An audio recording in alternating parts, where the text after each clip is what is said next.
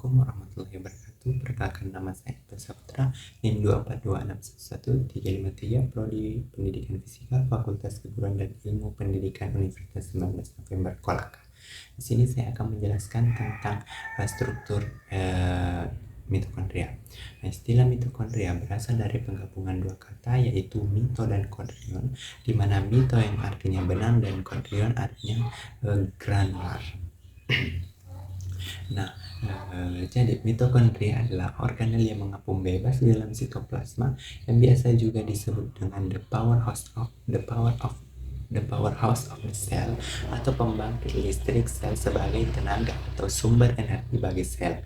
Nah, jadi sel mendapatkan suplai energi dari mitokondria karena mitokondria itu menghasilkan zat berenergi tinggi.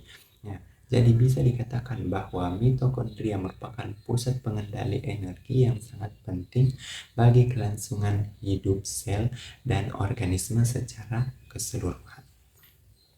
Sehingga fungsi utama mitokondria yaitu menghasilkan energi dalam bentuk ATP melalui proses respirasi seluler.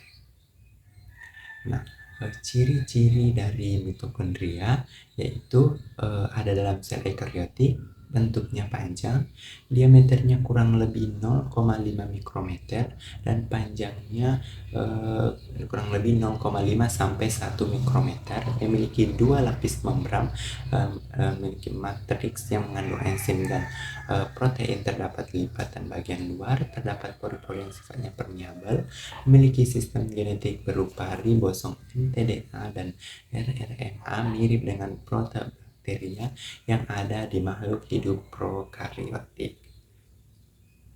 Nah, struktur mitokondria yang pertama yaitu membran luar, yang merupakan lapisan luar yang membungkus organel mitokondria dan berfungsi sebagai penghalang selektif serta pelindung. Fungsi lain dari membran luar yaitu sebagai antarmuka antar sitosol dan organel mitokondria, mengatur respirasi dan kelangsungan hidup sel, mengandung enzim yang terlibat dalam metabolisme lipid dan proses lainnya, dan mengandung porin, di mana porin ini berfungsi itu memungkinkan molekul kecil dan ion melewati membran. Struktur yang kedua yaitu ruang antar membran, yang merupakan ruang yang berada di antara membran luar dan juga membran dalam mitokondria, dengan fungsi sebagai transportasi protein, homeostatis lipid, pertukaran ion logam, dan jalur pensialan seperti apoptosis. Nah, struktur yang ketiga yaitu membran dalam. Fungsinya itu sebagai penghalang molekul, menciptakan polaritas, melindungi dari apoptosis, dan mempertahankan gradien protein. Selanjutnya yang keempat yaitu matriks, yang merupakan ruang internal mitokondria yang dikelilingi oleh membran bagian dalam, yang fungsinya sebagai tempat terjadinya siklus asam trikarboksilat atau siklus Krebs, yang menghasilkan energi dalam bentuk ATP melalui Nah, fungsi lainnya itu mengandung DNA mitokondria yang menyerupai DNA bakteri, mengandung ribosom yang menyerupai ribosom bakteri, dan memiliki kepadatan yang lebih besar daripada sitoplasma yang mengelilingi mitokondria. Nah, struktur selanjutnya yaitu krista.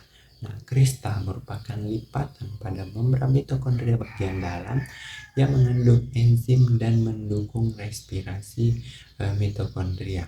Fungsinya itu meningkatkan luas permukaan membran mitokondria sehingga proses membran dapat menghasilkan lebih banyak energi dengan cepat.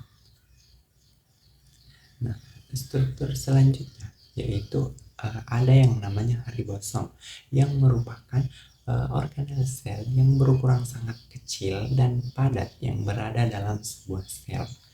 Nah, fungsinya sebagai salah satu tempat untuk melakukan strategi protein atau pembentukan protein, yang mana fungsi lainnya yaitu menerjemahkan mRNA mitokondria yang dikodekan yang dikodekan dalam mtDNA dan sintesis 13 subunit inti dari kompleks fosforilasi oksidatif.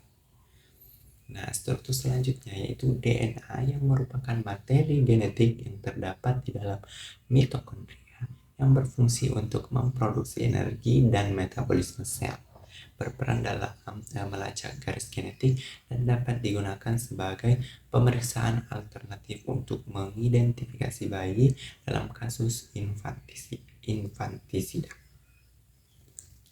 Nah, selanjutnya itu struktur selanjutnya yaitu granula, merupakan dalam biologi sel. Granula ini adalah partikel kecil yang hampir tidak terlihat oleh mikroskop cahaya. Nah, fungsinya itu sebagai tempat penyimpanan kalsium, fosfat, dan ion-ion lainnya. Nah, struktur yang terakhir yaitu partikel persentase ATP atau adenosine trifosfat yang merupakan enzim yang penting untuk menyediakan energi bagi sel. Nah, fungsinya itu untuk mensintesis ATP dari ADP dan fosfat anorganik. Nah, cukup sekian. Assalamualaikum warahmatullahi wabarakatuh.